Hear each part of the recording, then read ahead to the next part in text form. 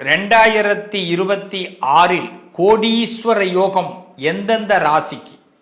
Sir நான் கோடீஸ்வரன் ஆகணும் sir, பணப்பெருக்கம் எனக்கு அதிகமாகணும், பணத்தில் தடுமாற்றமே இருக்கக்கூடாது, இது இந்த 2026 எந்த ராசிக்கு பெஸ்ட்டாக இருக்கு அப்படின்னு கேட்டால், 4வது இடத்திற்கு குரு பகவானுடைய வருகை மேஷத்திற்கு அமரும் பொழுது 7.5 சனி துவங்குற காலமாக இருக்கிறதுனாலையும், இந்த மேஷம் 7.5 சனி முழுமையாக சனி பகவான் வந்து உட்கார்றதுனால முதல் இடம் மேஷத்திற்கு, 2வது இடம் மிதுன ராசிக்கு, ஏன்னா 2வது இடத்துல குரு பலன் பெறார், கடகராசியில குரு உச்சம் பெறுகிறார், அதனால 3வது இடம், கன்னி ராசிக்கு 11வது வீட்டில் இருக்கிறார், அதனால கன்னி ராசி, விருச்சக ராசிக்கு 9வது வீடு, மகரத்துக்கு 7வது வீடு, மீனத்திற்கு 5வது வீடு.